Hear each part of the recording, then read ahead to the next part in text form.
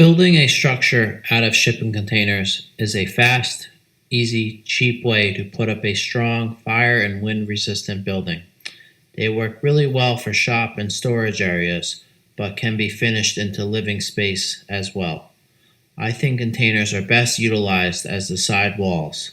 Then a roof can be built covering the area between them. You can build your building any size you want and easily add additions in the future with more containers. Shipping containers come in different sizes. They are 8 feet wide, 10, 20, 40, or 45 feet long. The standard height is 8 foot 6 inches. High cube containers are 9 foot 6 inches tall. The most common and cheapest containers are 40 foot standard height. To start your container project, the first step is to figure out what you want your building to look like. Start by building some model shipping containers and play with them like Legos until you have a design that works well for your needs and for your budget.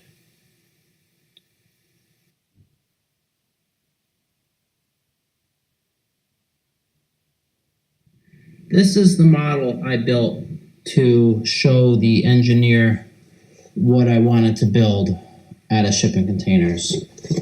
It's pretty crude, but it does the job. So it's got the two 40-foot containers stacked on top of each other, spaced out 24 inches apart. There's a framework of steel I-beams in here. I think this was a W18 by 46, and then these are 6 by 6 square tubing, 1/4-inch wall. And it shows the loft area, which these are span-creep panels that make up that floor. This back wall is block. The front wall is block. And then the span-creep panels which go on the roof.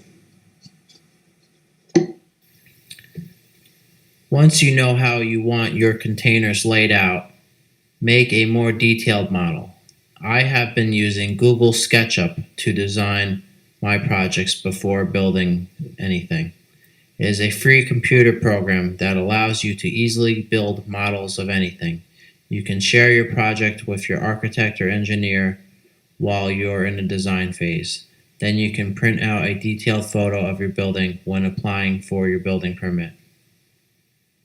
In Google SketchUp, there is a library of items like shipping containers, vehicles, or anything else you can think of that you can import into your sketch to get a good idea on how your building is going to work for your needs. There are plenty of video tutorials online that explain how to use this program. Once you have your plans and permit, start by leveling the spot where you want your building to be. It should have a thick stone base under it and should be built up high so the water runs away from it. Your building should be on a concrete slab. I do not just like setting containers on the ground or gravel.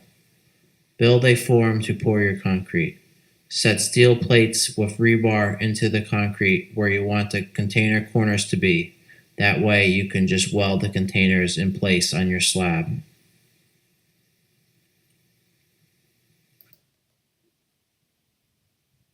The roof from Ames. At this point, I had a finished building, but there was still a lot of little detailed work inside that took much longer than building the actual building.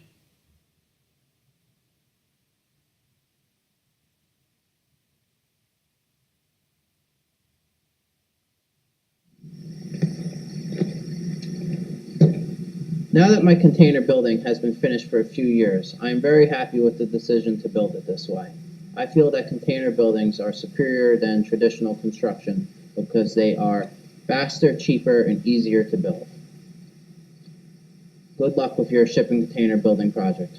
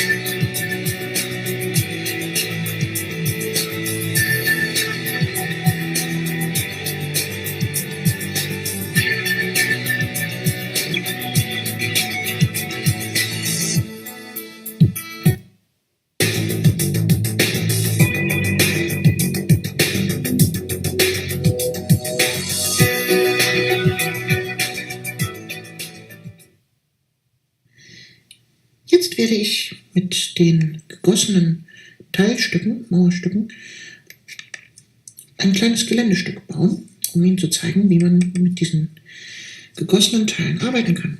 Wie Sie sehen, habe ich hier ein kleines Ruinengebäude symboliert mit den Teilstücken. Die sind noch alle lose, aber das wird sich jetzt sofort ändern, denn ich werde diese jetzt auf diesem Pappuntergrund einfach festkleben mit simplem Holzleim. Dieser Arbeitsschritt ist recht simpel. Holzleim auf die Teile und andrücken. Und ich bin gleich wieder da, wenn das alles zusammengeklebt ist. So, das Ganze ist nun zusammengeklebt und ergibt schon ein recht schönes Geländestück. Eine kleine verfallene Ruine. Aber das Ganze werden wir jetzt noch ein bisschen weiter aufpeppen, denn einfach so Pappe sieht einfach doof aus. Deshalb werden wir das Ganze jetzt noch mit Sand verfeinern. Dazu geben wir Holzleim grob einfach hier drauf und verteilen es dann mit einem alten Pinsel und werden dann Sand darüber streuen.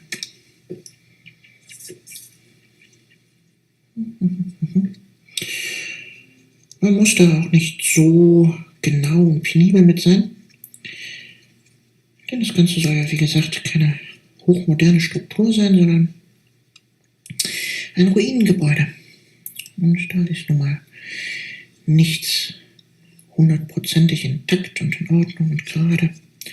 Wenn die Steine nicht richtig aufeinander sitzen und ein bisschen schief sind, macht das gar nichts. Wie gesagt, das ist eine Ruine und das muss so sein. Man kann das Ganze natürlich noch weiter verschönern, indem man hier eventuell Holzelemente noch einfügt, wie verwitterte Stühle oder ein Bett oder die verwitterte Tür. Allerdings möchte ich das Ganze hier relativ simpel halten, um das Video auch nicht allzu lang machen zu lassen. So, ich werde jetzt nur diesen Teil bearbeiten und nicht das Ganze. So, und dann nehme ich hier von Army Painter den Sand. Und das wird ganz simpel leicht darüber gestreut, als ob Sie mit dem Sandstreuer arbeiten würden.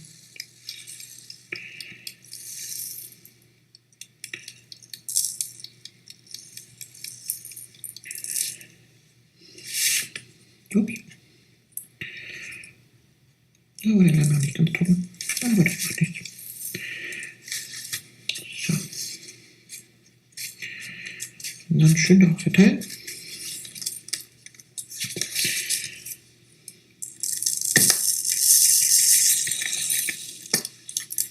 Sollte so etwas passieren beim Bauen, ist das wirklich kein Beinbruch. Dann nehmen wir uns einfach noch einen kleinen Tropfen Leim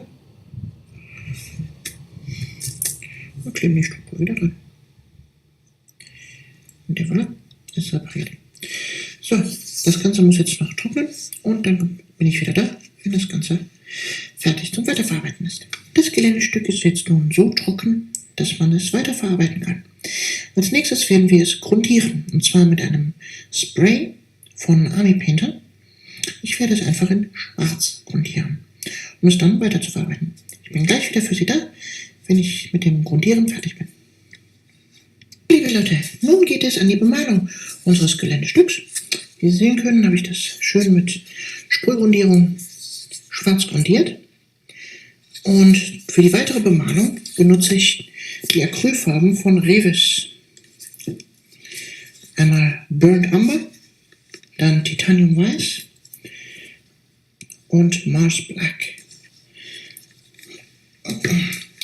So, zum Bemalen selber benutze ich einen ziemlich alten, ausgefransten Pinsel. Und ihr werdet auch gleich sehen, warum. Zunächst einmal mischen wir uns einen Grauton aus einem bisschen Schwarz und dem Titan Weiß.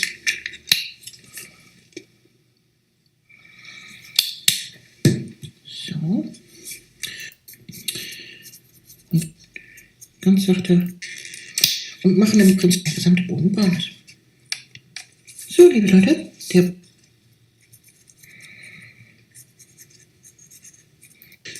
Ich werde dieses Geländestück jetzt noch ein bisschen mit Grasstreu verschönern und dann zeige ich euch, wie das Endergebnis aussieht.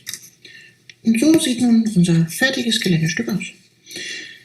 Man sieht zwar hier noch den Leim durch, aber der wird vollkommen klar austrocknen.